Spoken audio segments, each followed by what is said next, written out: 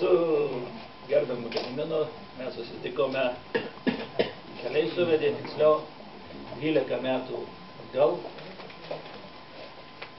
Susitikimas įvyko šiame aerodrome, jis sužinojo apie mūsų planą perskristi vandenyną, aplankyti Amerikos lietuvius ir grįžti atgal.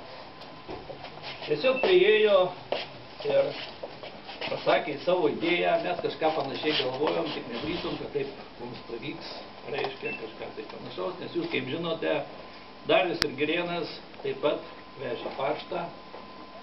Pašto vežimas tais laikais buvo labai svarbu ir tiesiog pagerbent mūsų skrydžio ir pervežant simbolinę pašto siuntą, ta idėja tokia pagerbti Darių ir Girėną iš tikrųjų mums pasirodė labai priimti.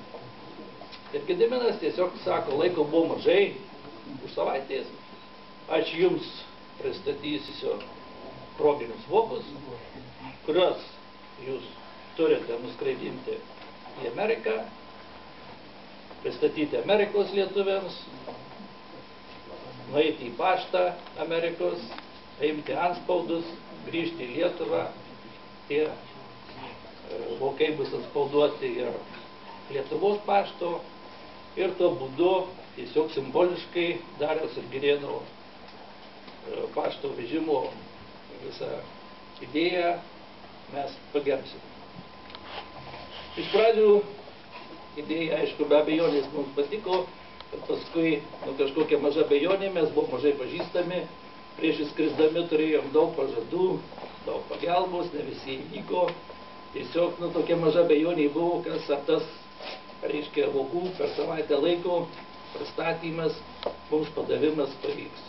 Tačiau paskutinę dieną Gediminas su pluošteliu vokų tiesiog pribėgo prie mūsų, parodė vokus, likom didžiai nustebę, maloniai, vokai tikrai aukštos kokybės, keletų formatų ir jie išskrido kartu su mumis. Su didesniais, mažesniais nuotykiais pasiekė galutinį tašką, Čikagos lietuvius, tenais buvo pašte uždėti antspaudai, amerikiečiai nustebo, bet greitai idėją suprato ir tie vokai su mumis grįžo. Keletas tiesa pasiliko pas Amerikos lietuvius, kadangi labai prašė ir jie ten savo muziejų turi, Čikagą gražų ir dabar jie ten turėtų taip pat būti. Va. Tiesiog prisimenant visą mūsų bendrą darbą su Gediminu, liko labai šilto idėjinio žmogaus įspūdis. Aš norėčiau. Daktaras, ką daryti? Aš kaip tik norėčiau pratęsti galbūt tą pačią temą, kad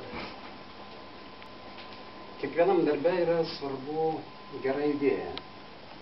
Ir tą mūsų skrydį iš tikrųjų labai papuošė Gedimino idėja,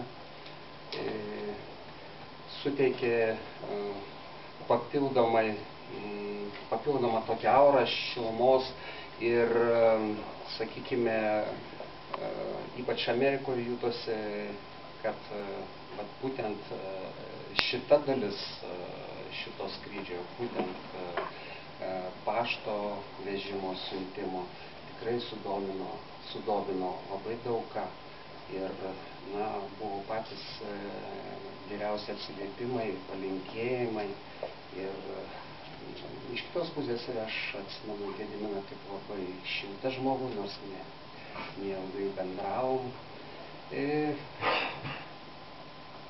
Tik tiek.